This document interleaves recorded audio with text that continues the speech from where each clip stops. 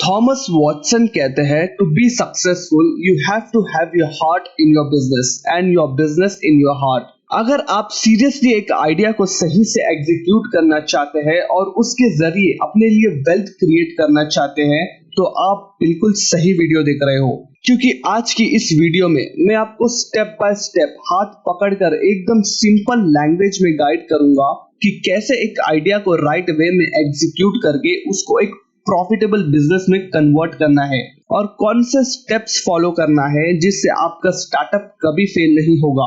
और 90% स्टार्टअप पहले 3 साल में फेल हो जाते हैं, क्योंकि या तो वो इनमें से कुछ स्टेप्स मिस कर देते हैं या सही से उन पर काम नहीं करते हैं। तो बिना वक्त बर्बाद किए हम स्टार्ट करते हैं। एक और मोस्ट इम्पोर्टेंट क्वेश्चन जो आपको स्टार्टअप करने से पहले अपने माइंड में क्लियर होना ही चाहिए, Why do you want to start a business? आपका why ये एक आईने की तरह बिल्कुल साफ होना चाहिए, क्योंकि आपका why ही आपको हेल्प करेगा टिके रहने के लिए।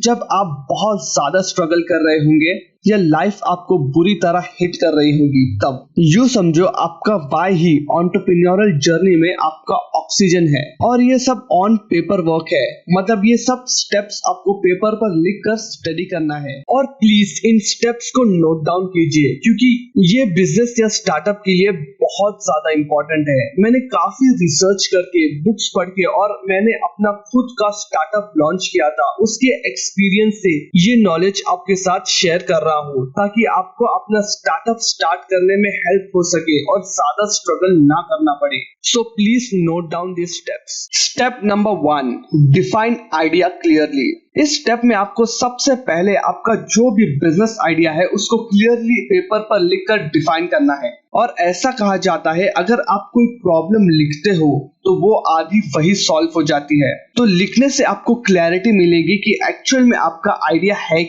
क्या वो एग्जिस्टिंग बिजनेसेस से मैच होता है जो ऑलरेडी रेड ओशन में पूरी तरह एक दूसरे से compete कर रहे हैं, या आप कोई बेटर और यूनिक सोल्यूशन कस्टमर्स को प्रोवाइड कर रहे हैं। और आइडिया सिर्फ 1 से 2 लाइंस में एक्सप्लेनेबल होना चाहिए। ऐसा नहीं होना चाहिए कि आप एक आइडिया के नाम पर पेपर में पूरी रामायणी लिख दो, क्योंकि अगर आप आइडिया को एक लाइन में एक्सप्लेन नहीं कर सकते हो तो इसका मतलब आपको भी वो आइडिया अभी तक क्लियर नहीं है। और इन्वेस्टर्स भी आपसे यही पूछेंगे कि आप क्या करते हो, आपका आइडिया क्या है, उसको हमें बस 1 से 2 लाइंस में एक्सप्लेन कर दो। और यही इन्वेस्टर्स के एलिवेटर पिच में भी होता है। आपको बस 1 मिनट में एक्सप्लेन करना होता है अपने आइडिया को। अगर आप 1 मिनट में पास हो गए तो आप नेक्स्ट राउंड के लिए क्वालिफाई होते हो, वरना वहीं से आउट। सिंपली आप यूट्यूब पर एलिवेटर पिच सर्च करोगे तो आपको सब पता चलेगा कि एंटरप्रेन्योर कैसे सिर्फ 1 मिनट में अपना आइडिया पिच करते हैं। और इस वीडियो में हम एक आइडिया को एज ए एग्जांपल यूज करेंगे ताकि आपको कॉन्सेप्ट्स इजीली समझ आए। सपोज हमारा एक आइडिया है, we sell fresh healthy fruits and green vegetables tasty juice. और आपका आइडिया रियल होना चाहिए जो कस्टमर्स के रियल लाइफ प्रॉब्लम को solve. Step number 2, define burning problem. इस स्टेप में आपको डिफाइन करना है विच बर्निंग प्रॉब्लम और better solution of market you are providing. Customers की कौन सी बर्निंग प्रॉब्लम को आप सॉल्व कर रहे हैं, या आप कोई एग्जिस्टिंग बिजनेस आइडिया एग्जीक्यूट कर रहे हो तो उससे हट के कौन सा बेटर सोल्यूशन आप प्रोवाइड कर रहे हो जो आपको उससे अलग बनाता है। एग्जाम्पल, हमारा आइडिया था we sell fresh healthy fruit and green vegetables tasty juice. इसमें हम कस्टमर्स की 2 प्रॉब्लम सॉल्व कर रहे हैं। Number 1, they don't have time to make fresh juice for themselves. उनके पास वक्त ही नहीं है। सेकंड, हम कस्टमर्स को ब्रेकफास्ट में हेल्दी जूस डिलीवर करके उनको गुड हेल्थ प्रोवाइड कर रहे हैं, जिससे उनको पैकेज जूस पीने की जरूरत ना पड़े जो कई बार अनहेल्दी होते हैं। Step number 3, define time, target audience and customers profile. Step number 3 में आपको अपने बिजनेस आइडिया का total addressable market size and target audience पता करना होगा और कस्टमर्स का प्रोफाइल आपको बनाना होगा। कैसे, देखते हैं। टारगेट मार्केट साइज को पता करने से आपको अपने बिजनेस का बड़ा पिक्चर नजर आएगा कि आप किस लेवल तक अपने बिजनेस को एक्सपांड कर सकते हो। और बिजनेस में टारगेट ऑडियंस डिफाइन करना इससे भी ज्यादा जरूरी होता है, क्योंकि गलत ऑडियंस को प्रोडक्ट बेचना मतलब गंजे इंसान को कंघी बेचने जैसा है। मतलब उसको आपके प्रोडक्ट की जरूरत ही नहीं है। अगर आप उसको सेल करोगे तो डेफिनेटली फेल हो जाओगे। टारगेट ऑडियंस वो होती है जो आपके प्रोडक्ट को जानती है, उन्हें प्रोडक्ट की अवेयरनेस होती है और वो खरीद सकते हैं। बाकी सब ऑडियंस आपके लिए इररिलेवेंट होगी। फॉर एग्जाम्पल, हमारे जूस बिजनेस की टारगेट ऑडियंस होगी मेल एंड फीमेल जो जिम जाते हैं, योगा करते हैं, फिटनेस गीक्स है और हेल्थ कॉन्शियस है। तो इंडिया में फिटनेस इंडस्ट्री का market size millions of dollars का है, इसलिए टोटल मार्केट साइज भी बहुत बड़ा है। अब हम टारगेट ऑडियंस का प्रोफाइल बनाते हैं और इसको बायर पर्सोना भी बोलते हैं, और इसको ध्यान से समझना क्योंकि ये बहुत ज्यादा इंपॉर्टेंट होता है बिजनेस में। Number 1, customer gender, male and female who goes to gym और do exercise regularly and they are health conscious and love fitness. Age 25 to 45, इसी एज के लोगों को हमें टारगेट करना है। लोकेशन मुंबई, आप अपना लोकेशन डाल सकते हो जो आपको सेल करना है।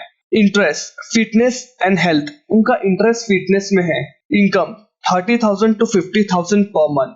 Dzire to build and maintain healthy body, ये डिजायर उनका एंड गोल होगा जो वो अचीव करना चाहते हैं, और आपको उन्हें एक्सप्लेन करना होगा कि आपका प्रोडक्ट कैसे उनका एंड गोल या डिजायर फुलफिल करने में हेल्प करेगा। Buying behaviour, make purchases frequently and impulse buyers, ये ऑडियंस रेगुलरली शॉपिंग करते हैं। ये बन गया हमारे टारगेट ऑडियंस का प्रोफाइल, बस इन्हीं को हमें सेल करना है। और अगर हम इस ऑडियंस को अपना प्रोडक्ट बेचेंगे तो 90% चांसेस है हमारा प्रोडक्ट बिकेगा। वरना जो बिजनेसमैन को इन सब की नॉलेज नहीं होगी तो वो शॉप डालेगा, डोर टू डोर सेलिंग करेगा, टेम्पलेट प्रिंट करवाएगा या ऑनलाइन एड्स बिना टारगेटिंग के रन करेगा, तो वो डेफिनेटली फेल हो जाएगा। और यही 90% बिजनेसेस के साथ होता है, इसलिए आप अच्छे से समझ लो। Step number 4, competitive analysis. इस स्टेप में आपको अपने बिजनेस का कंपटीशन एनालिसिस करना पड़ेगा। ये one of the most important factor है कोई भी बिजनेस स्टार्ट करने से पहले, क्योंकि मोस्ट ऑफ द बिजनेसेस इसलिए फेल नहीं होते कि वो सही से एग्जीक्यूट नहीं कर पाए, वो इसलिए फेल होते हैं क्योंकि वो अपने कंपटीशन से लड़ नहीं पाए। आपको अपने कंपटीशन का शॉर्ट एनालिसिस करना है, उनकी क्या स्ट्रेंथ है, क्या वीकनेस है, कौन सी अपॉर्चुनिटीज वो एग्जीक्यूट नहीं कर रहे हैं और आप उन्हें एग्जीक्यूट कर पाओ, और कौन से थ्रेट उनमें है। अगर आपको शॉर्ट एनालिसिस नहीं पता तो गूगल करना पता चल जाएगा। आपको बस ये फिगर आउट करना है कौन सी चीजें आप अपने कंपैटिटर से बेटर दे सकते हो अपने कस्टमर्स को, और आपको एनालाइज करना होगा who is the big market player and leader, सबसे बड़ा प्लेयर कौन है मार्केट में आपकी इंडस्ट्री में, उसकी website, app, market positioning, customer experience, pricing, offers और उसकी core values, business rules and ethics, वो कौन सी टेक्नोलॉजी यूज कर रहे हैं, कस्टमर रिव्यू, मार्केटिंग स्ट्रेटेजीज, ये सब कुछ आपको एनालाइज करना होगा। और कंपैरेटिव एनालिसिस इसलिए किया जाता है ताकि आप अपने कंपैरेटर को इजीली सरपास कर सको, या कंपैरेटर कोई गैप मिस कर रहे हैं तो उस गैप को आप फुलफिल कर सको और मार्केट में अपने लिए एक स्पेस क्रिएट कर सको। और अगर आपको अपने बिजनेस में ब्लू ओशन मोनोपोली कैसे बनाना है और कंपटीशन को कैसे इररिलेवेंट बनाना है ये सीखना है, तो उस वीडियो का लिंक मैं डिस्क्रिप्शन में डाल दूंगा। वो बेस्ट वीडियो है मोनोपोलिस्टिक बिजनेस बनाने के लिए। Step number 5, MVP, feedback and action. अगर आपने ये सब कुछ कर लिया तो अब इस स्टेप में आपको एक्शन लेना होगा आपके द्वारा की गई इस रिसर्च पर। इसमें आपको अपने प्रोडक्ट या सर्विस का MVP बनाना है। अगर आपको MVP नहीं पता तो आप YouTube पर MVP सर्च कर लो, आपको बहुत सारे वीडियोस मिल जाएंगे, या कमेंट करो तो मैं ही खुद वीडियो बनाऊंगा कि MVP क्या होता है और इसे कैसे बनाते हैं। MVP बनाने के बाद आपको अपने 100 पोटेंशियल कस्टमर्स जो थर्ड स्टेप में आपने डिफाइन किए थे उनसे बात करनी पड़ेगी और उनसे अपना प्रोडक्ट टेस्ट करवाना होगा। और अगर इन केस आपका आइडिया कुछ इस तरह है कि आप उसका MVP नहीं बना सकते तो आपको डायरेक्टली अपने 100 पोटेंशियल कस्टमर्स से बात करनी पड़ेगी कि वो इस प्रोडक्ट को खरीदेंगे या नहीं, इसमें क्या चेंजेस की जरूरत है, इसकी प्राइसिंग क्या होनी चाहिए। ये सब कुछ आपको अपने कस्टमर्स से पूछना है और उनके फीडबैक पर आपको तुरंत काम करना है और अपने प्रोडक्ट को इंप्रूव करना है। Step number 6, investment and costing. अगर आपने अपना आइडिया वैलिडेट कर लिया और आप रेडी टू गो है तो इस स्टेप में आपको सबसे इंपॉर्टेंट क्वेश्चन को आंसर करना है, what will be the upfront investment. अपने बिजनेस को स्टार्ट करने में स्टार्टिंग कॉस्ट कितनी लगेगी, 1 लाख, 2 लाख, 3 लाख, ये आपको फिगर आउट करना है और ये वन टाइम इन्वेस्टमेंट होगी। एग्जाम्पल, अगर हम अपना प्रीवियस आइडिया जूस बिजनेस की बात करें तो उसमें वन टाइम मशीनरी कॉस्ट लगेगी जिसमें हमारा जूस बनेगा। या अगर आप कोई टेक स्टार्टअप कर रहे हो तो PC cost, furniture, hiring cost, ये सब वन टाइम लगेगी। इसी का नेक्स्ट फैक्टर आपको एवरग्रीन पोटेंशियल का पता करना है, मतलब वन टाइम इन्वेस्टमेंट को छोड़कर बिजनेस को कंटिन्यूसली रन करने में पर मंथ कितना कॉस्ट लगेगा। जैसा जूस बिजनेस आइडिया में rent, workers salary, product making and delivery cost, machine maintenance cost, packaging cost, electricity bill और आपका प्रोडक्ट बिके या ना बिके, रेंट, सैलरी जैसे कॉस्ट तो लगेगी ही। ये सब पर मंथ आपके एक्सपेंसेस होंगे। तो इन सब चीजों को देखकर आपको बिजनेस के लिए कितना पैसा लगेगा वो पता करना होगा। आप बिना सेल्स के कितने टाइम तक सरवाइव कर सकते हो, ये पता करके उस हिसाब से आपको पैसा लगाना है। Step number 7, business model. इस स्टेप में आपको बिजनेस मॉडल क्रिएट करना है कि आप पैसे कैसे कमाओगे। And always remember, business model बिल्कुल सिंपल होना चाहिए। आपको बस 10 वर्ड्स में एक्सप्लेन करना आना चाहिए अपना बिजनेस मॉडल, वरना आपका बिजनेस मॉडल बेकार है। और दुनिया की हर बड़ी कंपनी का बिजनेस मॉडल एकदम सिंपल और 10 वर्ड्स में एक्सप्लेनेबल है। जैसे ईबे का बिजनेस मॉडल है लिस्टिंग फी प्लस कमीशन। ईबे अपने प्लेटफॉर्म पर प्रोडक्ट लिस्टिंग फीस लेता है और प्रोडक्ट्स बिकने पर सेलर्स से कमीशन चार्ज करता है, सिंपल। और जैसे Netflix charge a subscription fee per month, simple. तो इस तरह आपको भी अपना बिजनेस मॉडल सिंपल रखना आना चाहिए। Step number 8, define marketing strategies. Henry Ford कहते हैं, stopping advertising to save money is like stopping your watch to save time. किसी भी बिजनेस के सक्सेस के पीछे मार्केटिंग स्ट्रेटजीज का बहुत बड़ा रोल होता है।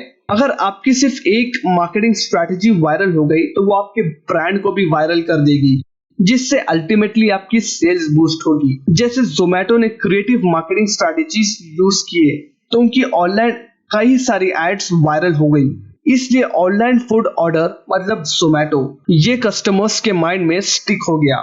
सो आपको पहले से ही सोचना होगा कि आप कौन सी मार्केटिंग स्ट्रेटजीज को यूज करोगे अपने टारगेट कस्टमर्स तक पहुंचने के लिए। Step number 9, define USP. इस स्टेप में आपको अपने प्रोडक्ट या सर्विस का यूएसपी मतलब unique selling point clearly define करना है कि आपका प्रोडक्ट या सर्विस अपने कंपटीशन से अलग कैसे है। आपकी प्रोडक्ट या सर्विस में ऐसा क्या है जो उसको कंपैटिटिव एडवांटेज देकर दूसरे प्रोडक्ट से डिफरेंट बनाता है। ये इंपॉर्टेंट इसलिए है क्योंकि इसी यूएसपी का यूज करके आप अपने प्रोडक्ट या सर्विस की मार्केटिंग करोगे और इसी से कस्टमर्स को पता चलेगा आपका प्रोडक्ट दूसरों से अलग कैसे है और अल्टीमेटली आपकी सेल्स बूस्ट होगी। सो define USP clearly. So I hope आपको ये वीडियो बहुत हेल्पफुल लगा होगा और आपने बहुत कुछ नया सीखा होगा इससे। So make sure you subscribe this channel for more business related videos. Thank you.